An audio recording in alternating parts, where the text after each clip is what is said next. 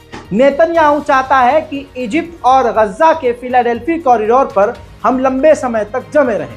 वहीं इजराइल के defence minister gallon ने कहा है कि अपने फैसले को ये वापस ले लीजिए आप, क्योंकि हमें हमास से डील करनी है, इजराइल को नुकसान हो रहा है। उधर इजराइल के ऑफिशियली बयान के द्वारा पता चला है, उन्होंने बताया है कि 97 यहूदी अभी भी हमास की कैद में हैं। मेरे दोस्तों, अमेरिका की राष्ट्रपति पद की उम्मीदवार कामला हैरिस ने इजराइल की जबान अपने मुंह में रख ली और उन्होंने फिर कह दिया है कि हमास को पूरी तरह से खत्म होना होगा और हमें हर हाल में यहूदी इजरायली हॉस्टेज को आज़ाद कराना होगा। वहीं इजरायली कमांडर ने यह भी कहा है, जो भी व्यक्ति गाजा के अंदर फिलिस्तीन का झंडा लहराए उसे गाजा से निकाल देना चाहिए। उधर ईरान में एक और हादसे की तस्वीर सामने आई है। ये देखिए, तेहरान के अंदर तेहरान इंटरनेशनल एग्जीबिशन सेंटर है, वहां पर जबरदस्त आग लग गई। अब आग से समझ सकते हैं कि उस पूरी बिल्डिंग का हाल क्या हुआ होगा। एक बार फिर से इसी हफ्ते में यह दूसरा हादसा ईरान के अंदर हुआ है और ईरान ने इस पर कोई स्पष्टीकरण नहीं दिया है। उधर मेरे दोस्तों, यमन के हूथी संगठन ने कहा है कि हमने इलाके में और भी जहाजों पर हमले किए हैं। वहीं इजराइल के पूर्व प्रधानमंत्री ने खुलासा किया है कि हजारों इजरायली इजराइल परमानेंट छोड़ने को सोच रहे हैं। वहीं आपको ये भी बता दूं कि खबर ये भी आ रही है कि अब जो गाजा से इजराइल के सैनिक इजराइल आए हैं वो वापस गजा जाना नहीं चाहते, जिसकी वजह से अब इजराइल 3.5 लाख से ज़्यादा रिजर्व के सैनिक वापस तैनाती में लेकर आ रहा है। इससे ये चीज़ क्लियर हो रही है कि इजराइल की फौज हार रही है। शिकागो की पुलिस का नंगापन स्क्रीन पर है, ध्यान से देखिए। शिकागो में फिलिस्तीन के लिए सड़क पर उतरी एक 80 से 85 साल की महिला को पुलिस धक्का दे रही है। महीनों बाद एक बेहतर खबर गजा से आपकी स्क्रीन पर। अल शिफा हॉस्पिटल का इमरजेंसी डिपार्टमेंट कई महीने बाद दोबारा से चालू हो गया है। मेरे दोस्तों, इस हैंडसम नौजवान को देखिए। खान यूनुस गजा में इजराइल ने इस डॉक्टर को, इनकी 2 बहनों और इनके एक भाई को इनके साथ बमबारी में कत्ल कर दिया है। उधर लंदन में डॉक्टर्स हजारों की तादाद में प्रदर्शन कर रहे हैं। मांग उनकी यह है कि इजराइल की कैद में जितने भी डॉक्टर्स हैं उनको रिहा किया जाए।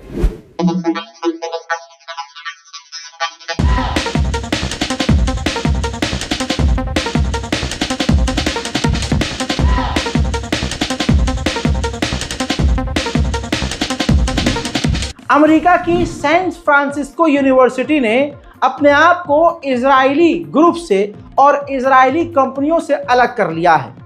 उन कंपनियों से अलग कर लिया है जो कंपनियां इजराइल को हथियार देने में मदद करती थीं। उधर वापस फिलिस्तीन लेकर चलूं तो फिलिस्तीन का एक हेब्रोन का इलाका है। इजराइल के सेनाओं ने वहां पर चेक पॉइंट बनाया हुआ है।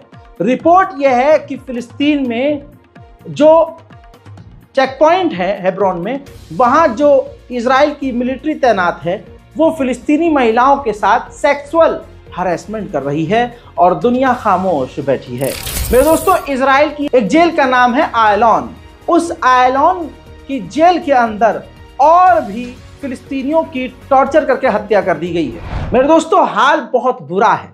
सुबह सुबह माजरत के साथ आपको ये खबर बतानी पड़ रही है और आप भी सोचते होंगे कि रज़ा भाई रोज उल्टी ही खबर लेके आते हैं, लेकिन ये एक सच है।